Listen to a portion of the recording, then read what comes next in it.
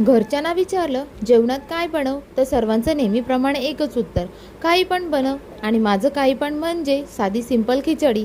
तर घेतली ना कढई ठेवून, मग टाकलं त्यात थोडंसं तेल, थोडेसे जिरे, त्यानंतर उभा चिरलेला कांदा, 2-3 मिरच्या, त्यानंतर कढीपत्त्याची पानं आणि चिरलेला टोमॅटो, थोडीशी अद्रक लसूणची पेस्ट पण टाकायची आणि चांगलं गरागरा फिरवून घेतलं आहे. त्यानंतर टाकलेली थोडीशी हिंग, हळद, घरगुती लाल तिखट, थोडंसं पावभाजी मसाला पण टाकायचा, त्याने टेस्ट छान येते. ते पण चांगलं गरागरा फिरवून घेतलं आहे. त्यानंतर टाकलेलं आहे वाफवून घेतलेले फ्लावर, बटाटा आणि मटार, चांगलं मिक्स करून घ्यायचं.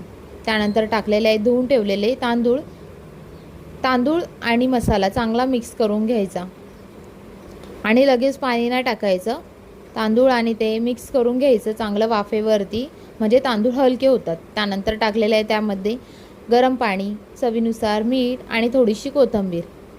तर कोणाकोणाला अशी खिचडी आवडते. खिचडी लवरनी नक्कीच हजेरी लावा. तुम्हाला जर रेसिपी आवडली असेल तर चॅनलला सबस्क्राईब करा, लाईक करा, कमेंट करा, शेअर करा. धन्यवाद.